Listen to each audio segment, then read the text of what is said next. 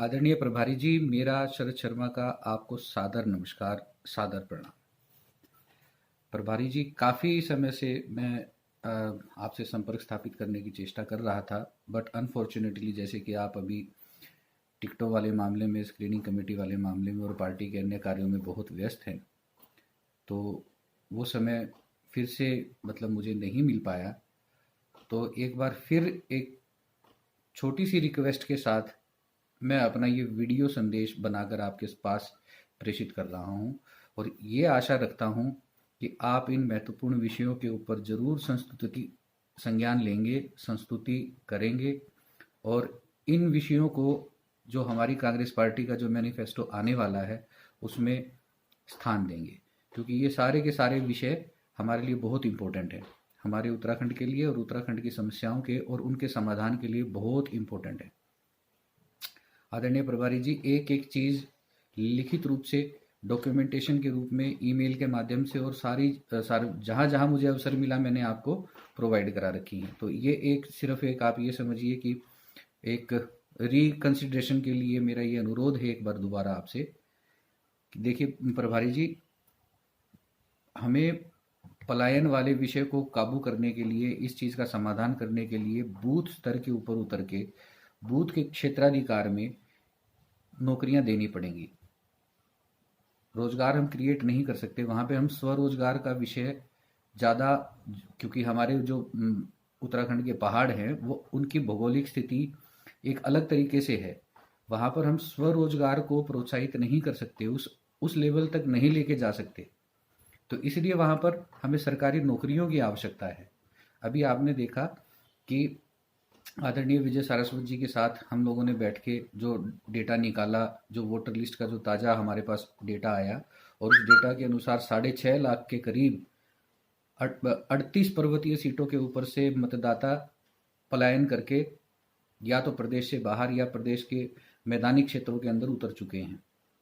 आदरणीय प्रभारी जी, इस चीज़ को रोकने के लिए, इस पलायन को रोकने के लिए और इस बेरोजगारी की समस्या को संभालने के लिए, सुधारने के लिए, इसका समाधान करने के लिए हमें प्रत्येक बूथ के ऊपर 10 से 35 सरकारी नौकरियां देनी ही देनी पड़ेंगी, अन्यथा ये चीज़ रुकेगी नहीं। आदरणीय प्रभारी जी, मैंने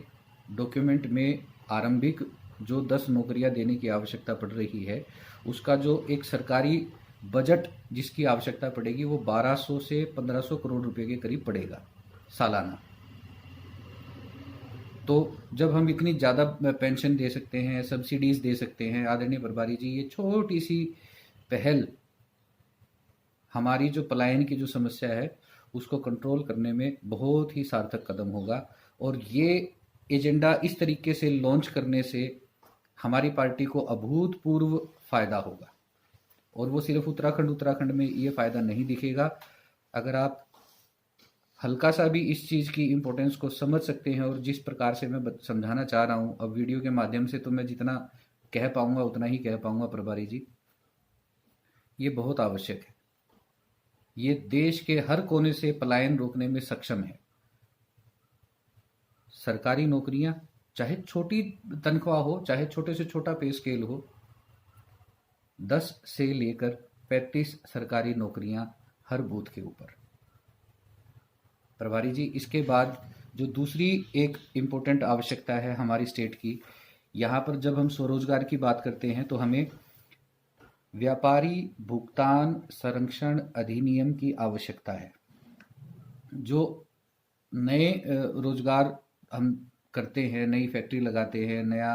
ट्रेडिंग का काम जब हम स्टार्ट करते हैं, तो जब हम नया आदमी जब बाजार में जाता है, एंटरप्रेन्योर जब मार्केट में जाता है, तो उसकी पेमेंट बाजार में अटकने की और उसकी पेमेंट मरने की सबसे ज़्यादा संभावनाएं होती हैं।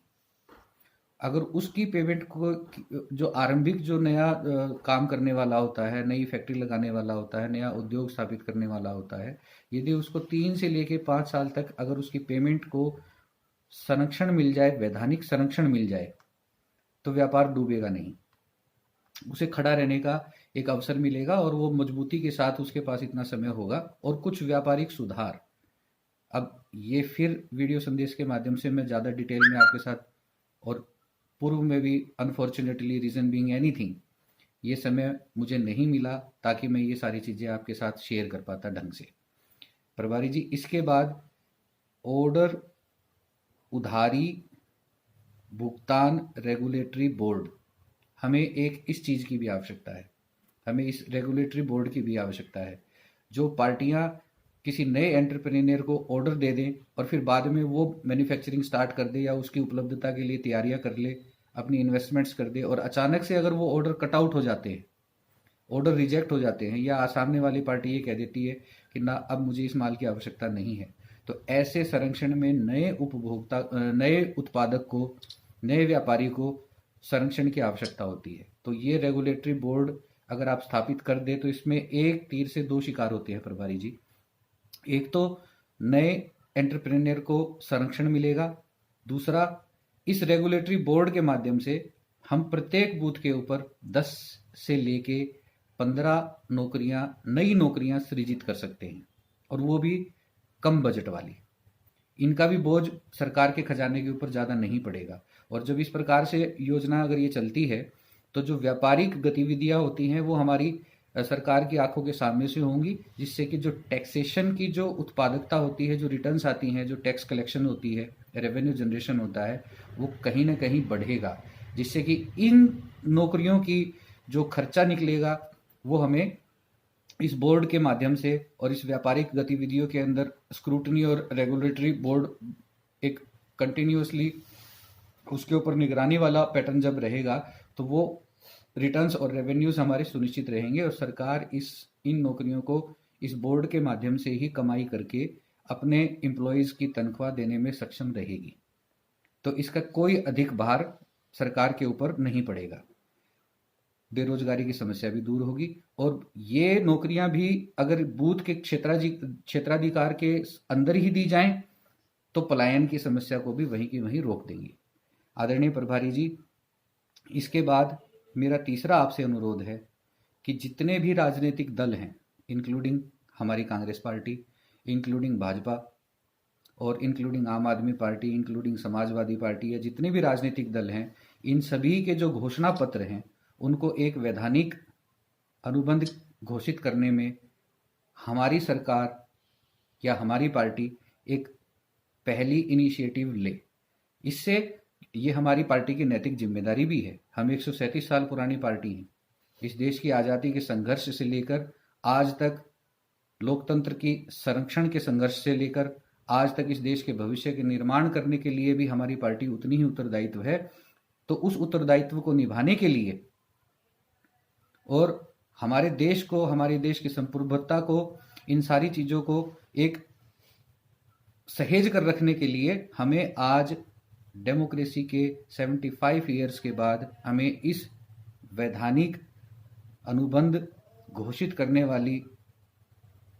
बात का समर्थन करना और ये इनिशिएटिव लेना बहुत आवश्यक है। इससे आदरणीय प्रभारी जी, जो मुफ्तखोरी वाली जो एक स्कीम्स लॉन्च करने की जो एक प्रक्रिया सी चल पड़ी है, जैसे कि आपने देखा है कि केजरीवाल जी, आम आदमी पार्टी का एक एजेंडा है